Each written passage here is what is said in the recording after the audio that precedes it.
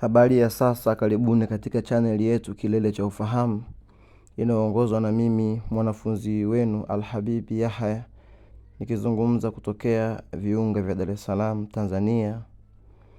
Na kama ilivyokuwa ada, tulikuwa tumeanzisha utaratibu wa kufafanua na kuelezea majini mbalimbali. Tulishakusha kuzungumza jini Maimuna pamoja na koo zake zote. Lakini pia tumezungumza Subiani kama sikosei. Sasa tunaendelea na lakini alikuwa lengo tuelezee kwenye channel hii kwa sababu tunataka kuelezea mambo makubwa zaidi. Na mara nyingi channel hii ilikuwa ishazoeleka kuzungumza mambo ya marohani labda.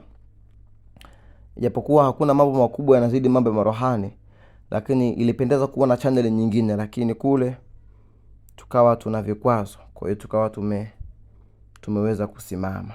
Naam. Leo tutazungumza jini Salsal. Salsal imekuwa ni maarufu kwa lugha ya haraka haraka katika tasnia ya watu wenye kupenda kuita majini.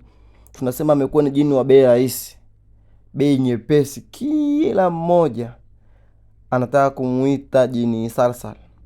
Amekuwa ni jini wa bei rahisi kwa sababu hata wasiokuwa Waislamu pia ukitaka kumuita jini wanamuita Salsal. Kwa sababu ukiangalia katika mifumo na historia ya huyu jini utaona kwamba ni Mkristo. Au aliasi, mwingine anasema na jini Mkristo, mwingine aliritaji kutoka kwenye Uislamu, mwingine anasema ana dini, aliasi mambo ya Mungu, si ya Kikristo wala ya Kiislamu. Lakini leo tutamsoma kiundani, na kama mnavyofahamu mimi sizungumzi mambo kwa sababu tu umeyaokota huko, bali nazungumza nina uhakika nayo, na nakaribisha challenge yoyote ambaye atakuwa na challenge ya kunichallenge na mkaribisha. Katika vitabu vingi tumeamini kwamba jini Salsal alikuwa ni paka wa Firaun au Farao. Firaun au Farao alikuwa ana paka. Na huyu paka alikuwa anaitwa Salsal.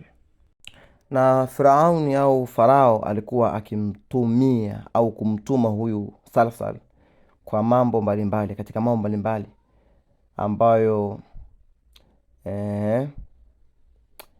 alikuwa akimtuma kwenda kutafuta wachawi, kwa sababu huyu mwenyewe ni jini lakini katika umbile la paka.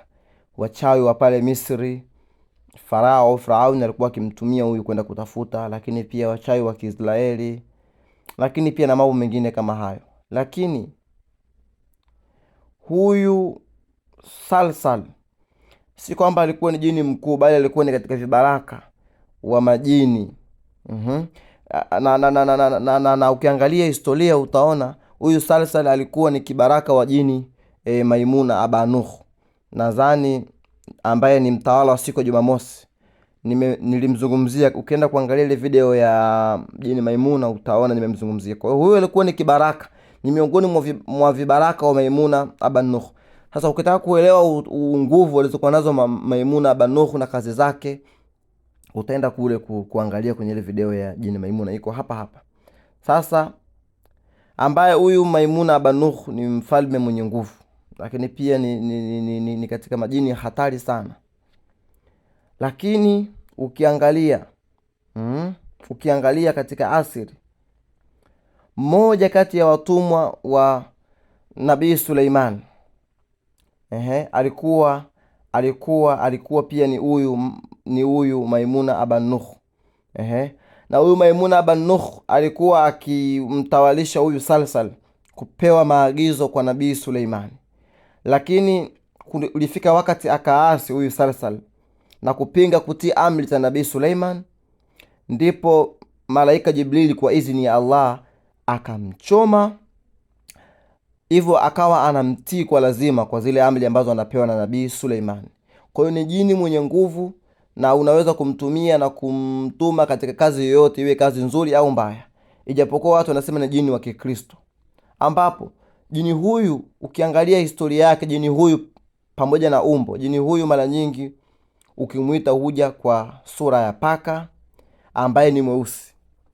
Salsal kwa paka ambaye ni mweusi, na anatokea mbele ya uso wako, lakini anakuuliza shida yako, wataka nini?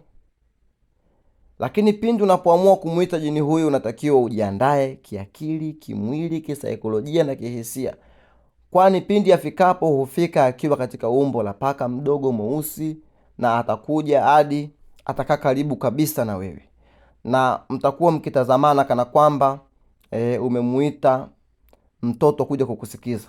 Ni kama vile umemuita mwanao au mdogo wako kuja kukusikiza. Lakini mwambie kwenye masikio yake ikiwa kakutokea kama kipaka kidogo, lakini akikutokea kama paka wa kawaida mkubwa, unaweza kumwambia ageuke kama binadamu, kama umbile hilo ambalo utaona wewe ni zuri. Sasa kama ni mara yako ya kwanza kwamba hivyo, manake yatakiwa kwanza kabisa usiogope, kwa sababu binadamu wanaogopa mabadiliko. Yani so aje kiumbe kama paka alafu abadilike awe mdada mzuri, msichana, au awe kijana mashallah maridadi lijari, lazima ushtuke. Kwa hiyo kama ni mara yako ya kwanza inabidi usishtuke. Lakini pia lazima ufahamu kuwa kama utamwagiza jambo lake hayapiti masaa au haziwezi zikapita siku 3, atakuwa amekutimizia. Atakuwa amekutimizia. Lakini pia mara nyingi hawezi kukuamuru kumchinja kiumbe au kufanya kafara, mara nyingi ataki hayo mambo. Lakini lazima utuelewe kuwa, ambalo pia hili ni jambo muhimu sana, jini yote anakuwa ana bukhuli. Ukitaka kumuita bukhuli, manake manukato fulani, bukhuli zake tunasema, anakuwa ana manukato yake. Huyu salsal mara nyingi anatumia ubani maka, lakini pia na majani ya mtende na ubani kasbara. Majani ya mtende yale makavu waweza yachukua, yachoma ule moshi wake ukitumia kumuita. Lakini ukikosa majani ya mtende, uweza kutumia majani ya mchikichi. Ukikosa, uweza kutumia hata mzizi wa hina, ule mtu wa mhina, zile hina zile ambazo mti watengenezea hina, waweza kutumia. Lakini pia ukikosa ubani kasbara, waweza kutumia udi.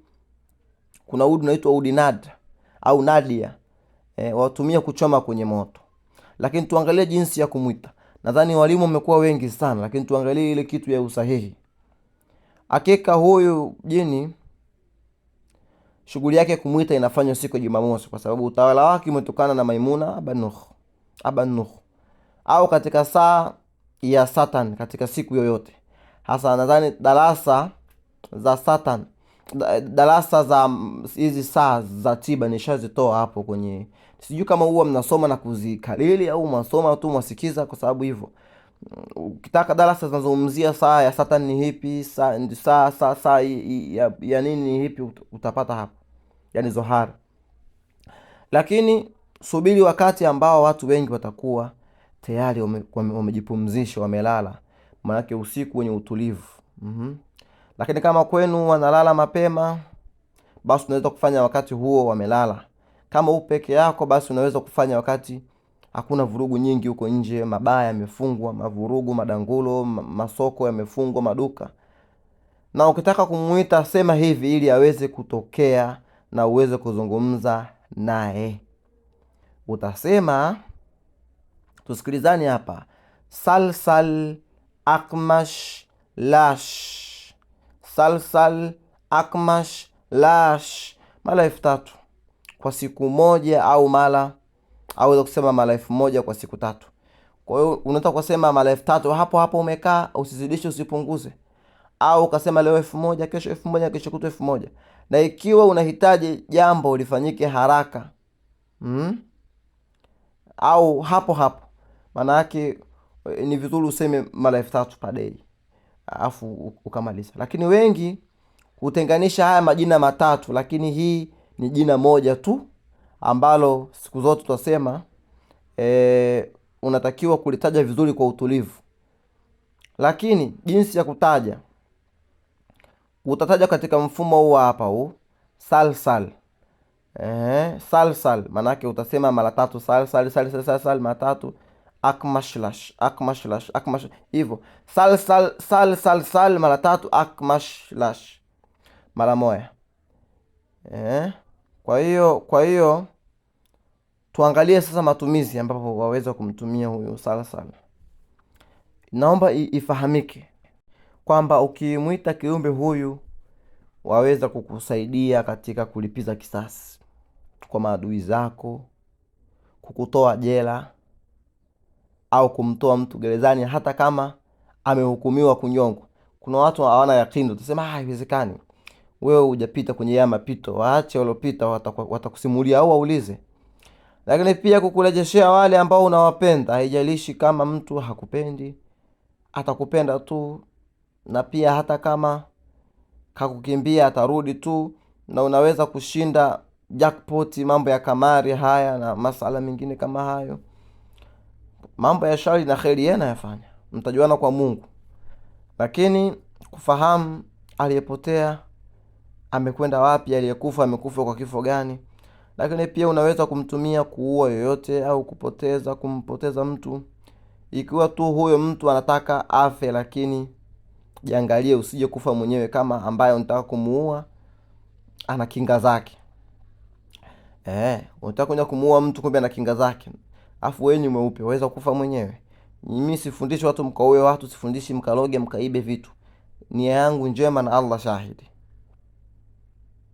Lakini kuna namna ya kuweza kumfanya huyu awe rafiki yako wa kila siku, kwa sababu huyu salasal akawa rafiki yako.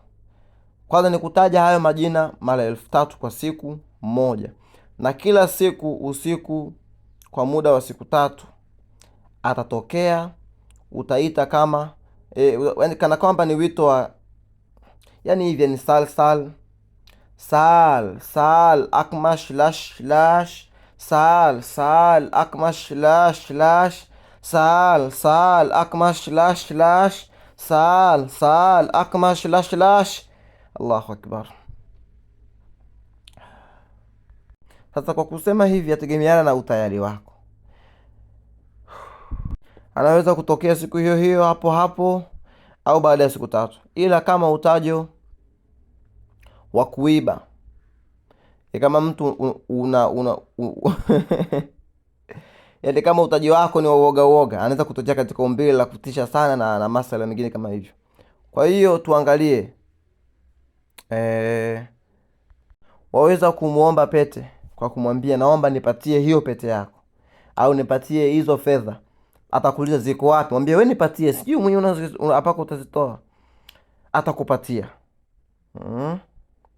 Kwa hiyo ukiomba pete, maana yake unaomba urafiki wake wa kila siku, maana yake anakuwa rafiki yako. Atakupa pete kisha atapotea. Baada ya hapo, matumizi ya pete hiyo utakuwa unavaa wakati wa shida zako, na pete itakuwa ni nzuri, duniani hakuna mfano wake. Na ukivaa watu wote watakuthamini, wakiona watakupenda, watakukubali, hawatakuhukumu biiznillah subhanahu wa ta'ala.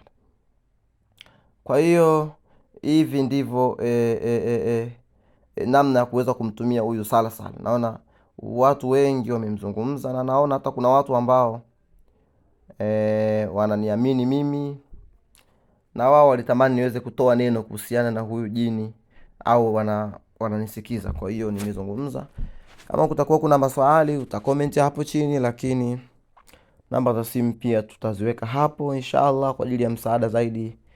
Wa hakadha min alladhina yastami'una alqawla fayaktubuna hasana, walhamdulillahi rabbil alamin. Alhabibi Yahya at-Tanzani, ma'as salam wa jazakumullahu khair.